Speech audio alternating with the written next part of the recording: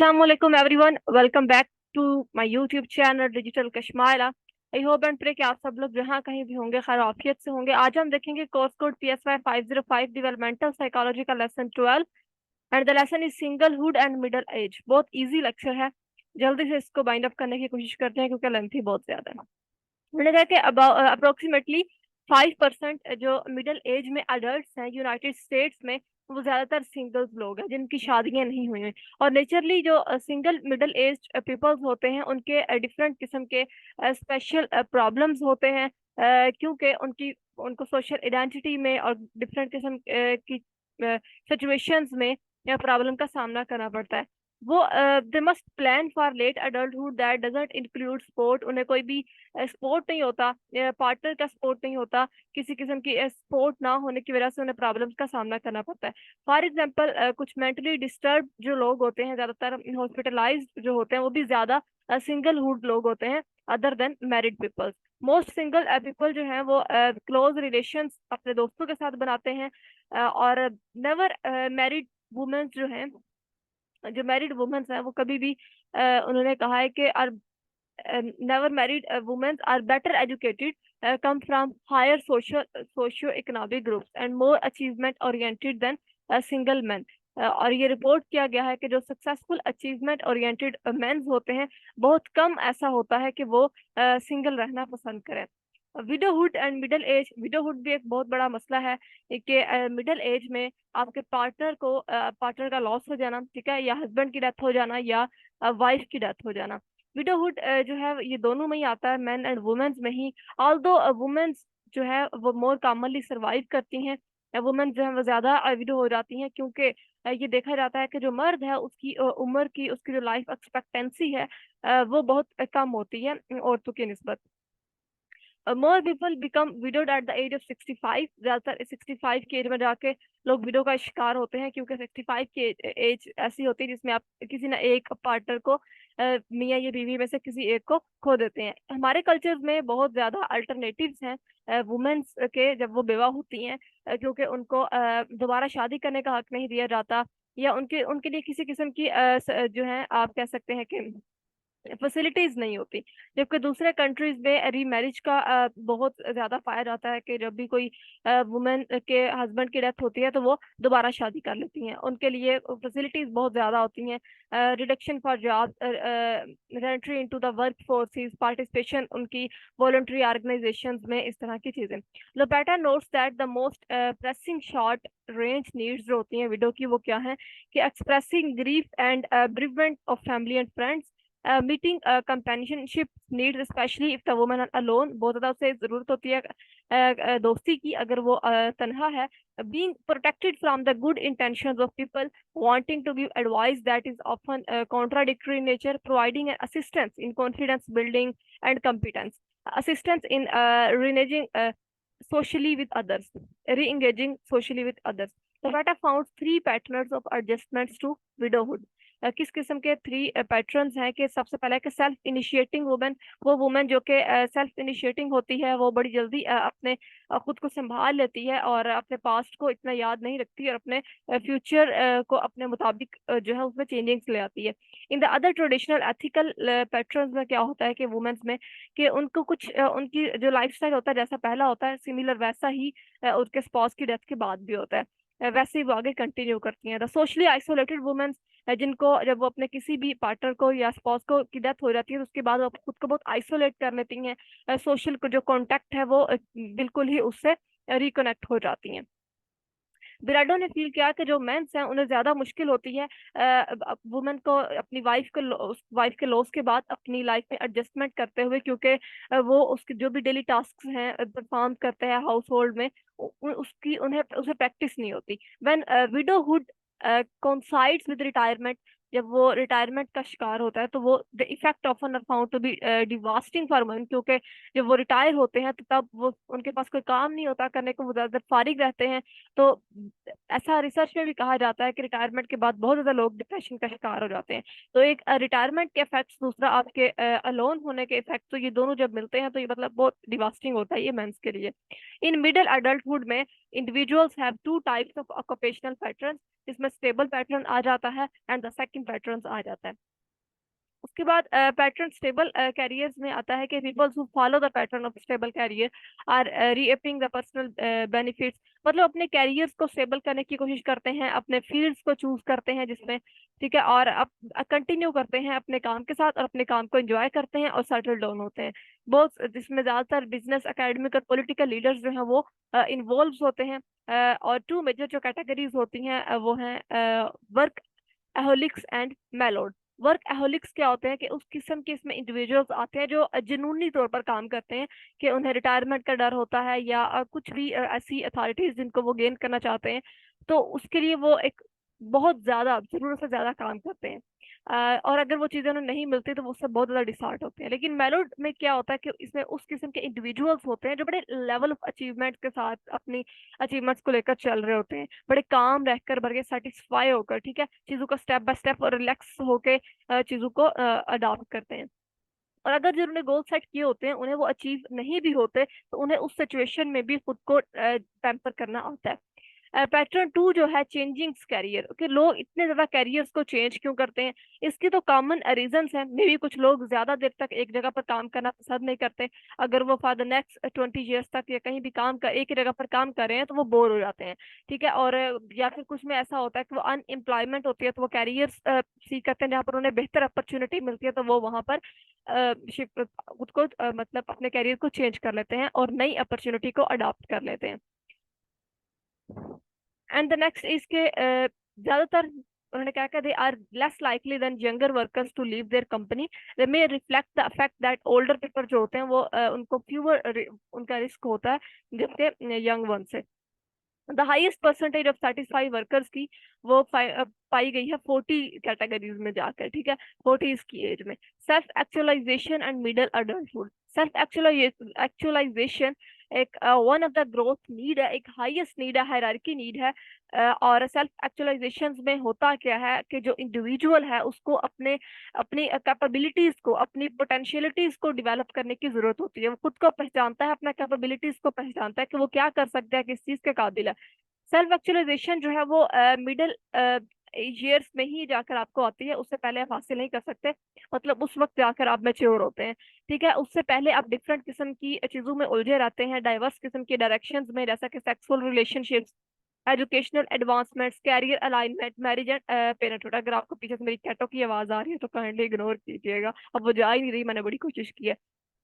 By middle age, though many peoples have managed to fulfill most of these needs, can spare the energy to strive toward ego maturity. लेकिन middle years में जाकर जब बंदा सच self actualisation उसको gain करता है, उसको पता चलता है, तो वो इन चीजों से बड़ा दूर होकर अपने काम की तरफ फोकस करता है और उसकी जो भी डिजायर होती है वो बड़ी चेंज हो जाती हैं।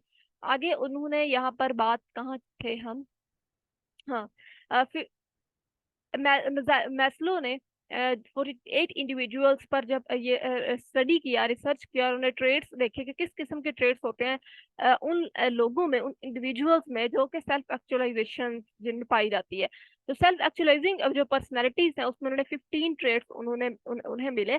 The first is more efficient perception of reality, ठीक है, वो लोग जो रियलिटी को देखकर चलते हैं, रियलिस्टिक होते हैं, ठीक है, ड्रामेटिक्स नहीं होते, बड़ा रियलिस्टिक होकर अपनी फीलिंग्स को, अपनी विशेस को, अपने डिजायर्स को देखते हैं, फोकस करते हैं उन पर।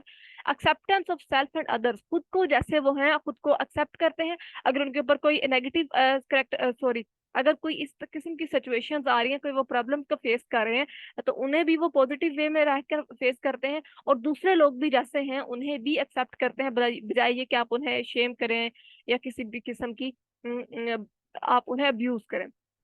स्पॉन्टेनियसली में सेल्फ एक्चुअलाइजिंग जो पीपल होते हैं ज्यादातर वो स्पॉन्टेनियस होते हैं, ठीक है, इनर थॉट्स वो में भी रखते हैं। उसके बाद फिर आगे role society accepts them to play. Maslow discovered that some self एक्चुअलाइजिंग people develop their own values, वो अपनी वैल्यूज को डेवलप करते हैं, और दूसरे लोग उन्हें क्या कह रहे हैं, किस तरह से उनसे डिमांड कर रहे हैं, उस चीज पर ज्यादा फोकस नहीं करते, ठीक है। सोसाइटी उनसे क्या डिमांड करती है उस चीज पर ज्यादा फोकस नहीं करेंगे, अपनी वैल्यूज को डेवलप करने में उनका ज्यादा फोकस होता है। Problem centering में, unlike the ego-centered personality who spends much time in such active as introspection or self-evaluations, problem-centered individuals direct their energies toward ask or problems. अगर कोई भी उन्हें मतलब प्रॉब्लम सॉल्विंग होते हैं, कोई भी अगर उन्हें प्रॉब्लम आता है, उन्हें पता होता है कि उन्हें प्रॉब्लम को किस तरह से सोल्व करना है और किस तरह प्रॉब्लम को सोल्व करते हुए उन्हें अपने गोल्स को अचीव करना है। डिटैचमेंट, डिटैचमेंट में क्या था कि मैस्लो ने ये डिस्कवर किया कि कोई भी सब्जेक्ट जिसको ज्यादा सॉलिट्यूड होने की जरूरत होती है एवरेज पर्सन की निस्बत, ठीक है, और उसमें होता क्या है कि वो अलोन रहना पसंद करता है, ठीक है, जब वो अकेला होता है तब वो खुद को टाइम देता है और अपनी प्राइवेसी को इंजॉय करता है। ऑटोनॉमी ऑटोनॉमी में बात हो रही है कि जो इंडिविजुअल है उसको ग्रोथ मोटिवेशन वो ज्यादा लेता है, जबकि डेफिशिएंसी मोटिवेशन वगैरह को इग्नोर करते हुए। कंटिन्यूड फ्रेशनेस ऑफ अप्रिसिएशन में सेल्फ एक्चुअलाइजिंग पीपल होते हैं जिनके पास कैपेसिटी होती है कि वो अपनी नेचर एंड लाइफ को जो है वो अप्रिशिएट करते हैं, ठीक है, नेचरली चीजों को एक्सप्लोर करते हैं। द मिस्टिक एक्सपीरियंस में सेल्फ एक्चुअलाइजर जो है are not religious in the sense of attendance at formal worship, मतलब वो कहीं पे भी जाकर फॉर्मली तौर पर वर्शिप्स वगैरह परफॉर्म नहीं करते। उसके बाद आ रहा है जेमनिश गॉफ, जो कि एक जर्मन वर्ड है। अल्फ्रेड एडलर ने इसके बारे में लिखा है कि जो इसमें जो सेल्फ एक्चुअलाइजिंग इंडिविजुअल्स होते हैं वो बड़े expressive of affection, sympathy and identifications पर उनका फोकस होता है। यूनिक इंटरपर्सनल रिलेशंस, सेल्फ एक्चुअलाइजर्स जो हैं उनके बड़े कम दोस्त होते हैं और जो भी उनके दोस्त होते हैं वो बड़े अच्छे होते हैं, ठीक है, बड़ा उनका अच्छा रिलेशन होता है उनके साथ। डेमोक्रेटिक करेक्टर स्ट्रक्चर जिसमें आ रहा है कि वो बड़े एक अच्छे वे में टॉलरेट करते हैं दूसरों को भी, और सच जो भी आप कह सकते हैं कि social class, race, education, religion या पॉलिटिकल बिलीव्स के रिगार्ड सिचुएबल करेक्टरिस्टिक्स के साथ दूसरों के साथ टॉलरेंट होकर रहते हैं। Discrimination between means and end, इसमें सेल्फ एक्चुअलाइजिंग पीपल जो है वो हाईली डेवलप होते हैं एथिकल सेंस, उसके अंदर उनके अंदर एथिकल सेंस बहुत ज्यादा पाई जाती है। Philosophical unhostile sense of humour, उनका सेंस ऑफ ह्यूमर इतना अच्छा होता है कि वो उनको पता होता है कि उन्हें किस चीज को एंजॉय करना है, किस चीज को नहीं करना है। सिर्फ फजूल में जाकर वो किसी का मजाक नहीं उड़ाएंगे, किसी का मजाक उड़ाएं कि अगला बंदा हर्ट हो और वो उसको इंजॉयमेंट में ले रहे हो, इस तरह का नहीं, बल्कि उनका सेंस ऑफ ह्यूमर बहुत बेहतर होता है। Creativeness, next is creativeness. Maslow ने कहा कि जो सेल्फ एक्चुअलाइजिंग पर्सन होते हैं वो बहुत ज्यादा क्रिएटिव होते हैं, उनकी थॉट्स, उनके आइडियाज, उनके एक्शंस, इतने फ्रेशनेस होती है उनके अंदर कि उनमें क्रिएटिविटी पाई जाती है। Resistance to enculturation, self actualize people जो है वो अपने कल्चर्स को एक्सेप्ट करते हैं, अपने कल्चर्स की वैल्यूज को भी एक्सेप्ट करते हैं, लेकिन अगर कहीं पर उन्हें कोई चीज रिलायबल नहीं लग रही होती या उनकी डिजायर्स के मुताबिक नहीं होती और उन्हें उन्हें अपने कल्चर्स की एथिक्स को आप कह लें या रूल्स वैल्यूज को फॉलो नहीं भी करना, तो उन्हें पता होता है कि उन्हें किस तरह से इस चीज को डील करना है, ठीक है। और lack of interest in making change they believe in, अगर उन्हें लगता है कि उन्हें किसी भी चीज में चेंज लेकर आना है और जो चेंज वो लेकर आना चाह रहे हैं उसकी बहुत ज्यादा इंपॉर्टेंस है और वो पॉसिबल भी है, तो वो अपने कल्चर से उस चीज को डाइवर्ट करते हुए उसमें चेंज ले आते हैं, लेकिन वो उसके अंदर जो डाइवर्ट उसको करते हैं वो इस तरीके से करते हैं कि उसका ज्यादा इम्पैक्ट नहीं पड़ता। लेट अडल्टहुड में बात हो रही है physical changes in late adulthood. पहले हमने मिडिल अडल्टहुड की बात की, अभी हम देखेंगे कि लेट अडल्टहुड में क्या फिजिकल चेंजिंग्स आती हैं।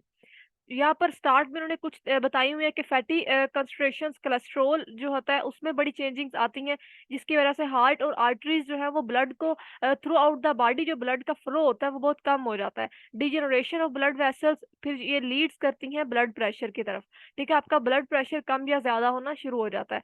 Other organ systems also show reduced efficiency in late adulthood, जिसमें vital lung capacity decrease with age, lung की जो कैपेसिटी होती है वो बहुत कम हो जाती है एज के साथ साथ। और उसके बाद जो ओल्डर पीपल होते हैं उनके शॉर्टनेस ऑफ ब्रीथ होती है, सांस लेने में उन्हें मसला होता है, particularly after mild exercise such as climbing, मतलब जब वो सीढ़ियाँ चढ़ते हैं या ज्यादा एक्सरसाइज करते हैं तो उन्हें सांस चढ़ जाता है। Changes in the gastro intestinal systems, reduce of gastric juice, gastric जो जूस हमारा उसमें बहुत ज्यादा रिडक्शन आ जाती है। Beside the above change, some other physical changes that occur in the late adulthood are as follows, जिसमें हमारे पास विजुअल प्रॉब्लम्स हैं। विजुअल प्रॉब्लम्स में के आपकी एज के साथ साथ लेट अडल्टहुड में विजुअल प्रॉब्लम्स भी इनकाउंटर होना स्टार्ट हो जाती हैं। आफ्टर एज 65 में जाकर जो सीरियस विजुअल प्रॉब्लम्स होते हैं that affect daily life are too common, और अबाउट 17% जो होती हैं वो डेवलप होती हैं ये, जिसमें आई के जो लेंसेज हैं उनके एरियाज में जो जिसमें लाइट जो है वो रिफ्लेक्ट होती है और पास होके एक ब्लड विजन बनाती है। मेनली एल्डरली पीपल जो होते हैं वो सफर होते हैं रेटिनल डिसऑर्डर से भी, जिसका नतीजा ये निकलता है कि वो ब्लाइंडनेस का शिकार हो जाते हैं। हेयरिंग प्रॉब्लम्स बहुत ज्यादा, हेयरिंग लॉस भी होता है, और हेयरिंग लॉस जो है वो कॉमन होता है इन लेट लाइफ में। अबाउट 3 आउट ऑफ द 10% जो होते हैं एज 65 और 74 के दरमियान, and half of those between 75 and 79 के दरमियान इन ये हेयरिंग लॉस का शिकार हो जाते हैं। Problems concerning taste and smell, taste and smell के रिलेटेड भी बहुत से प्रॉब्लम्स होते हैं। Elderly people have problems with regard to taste and smell, this can lead to nutritional problems maybe, and Doty found that more than 4 out of the 5 people जो हैं जो कि 80 ईयर्स से अबव जिनकी as होती है उनको major problems होते हैं स्मेल में, and more than half of them जो है उनकी जो नो सेंस ऑफ स्मेल जो है वो बाकी नहीं रहती। Decline in coordination and direction time, reaction time बहुत स्लो हो जाता है क्योंकि जो मोटर स्किल्स होते हैं, मोटर कोऑर्डिनेशंस होती हैं, उनमें कमी आना शुरू हो जाती है, जिसकी वजह से वो ज्यादा जल्दी रिएक्ट नहीं कर पाते। Decline in general functioning, there is a decline in general physiological functioning in the late adulthood. Late adulthood में बहुत सारी फिजियोलॉजिकल फंक्शनिंग्स जो हैं उनमें भी चेंजिंग्स आती हैं, जिसमें ऑस्ट्रियोपोरोसिस का बताया हुआ है। ऑस्ट्रियोपोरोसिस में बात हो रही है थिंकिंग की, थिंकिंग ऑफ द बोन की, that affect some women after menopause. Insomnia एक लैक ऑफ स्लीप है कि नींद नहीं आती। हमने ये देखा भी होगा कि जो एल्डरली पीपल्स होते हैं उनका उनका नींद का बहुत मसला होता है। In both man and women में द हेयर बिकम्स थिनर, जो बाल होते हैं वो बहुत ज्यादा थिन होना शुरू हो जाते हैं। Who is left turn white, और फिर बाल जो है वो सफेद हो जाते हैं। The skin becomes paler and subflottier, taking up parchment like texture. Skin tends to hang folds and मतलब स्किन पे wrinkles वगैरह आना स्टार्ट हो जाते हैं, झुर्रियां वगैरह आना शुरू हो जाती हैं। दिस बैकअप सॉरी नॉर्मली जो लोग होते हैं वो अपने ऑर्गन्स को, अपने बॉडी सिस्टम को बड़ा लिमिटली वो इस्तेमाल करते हैं, लेकिन जो एक्स्ट्रा कैपेसिटी भी अवेलेबल होती है एक्स्ट्रा ऑर्डिनरी सर्कमस्टांसेस के लिए, ये जो बैकअप कैपेसिटी होती है जिस बॉडी के सिस्टम्स को फंक्शंस करने में जब वो स्ट्रेस का शिकार होते हैं, इसको रिजर्व कैपेसिटी कहा जाता है। ठीक है, ये बॉडी के ऑर्गन्स को पुश करती है कि वो 4 to 10 टाइम्स जो है वो मजीद एफर्ट्स जो है वो दे सकते हैं।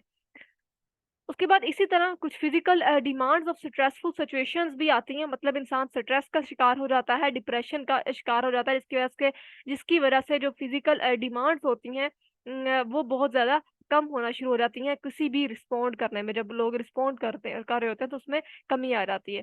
तो यहाँ पर हमारा खत्म होता है लेक्चर 12, जो बहुत इजी था। आप लोग वैसे भी पढ़ेंगे तो आपको समझ आ जाएगा। मेरी रिक्वेस्ट है कि मेरे चैनल को काइंडली लाइक करें, शेयर करें, सब्सक्राइब करें। अपना बहुत सारा ख्याल रखें। खुदा हाफिज।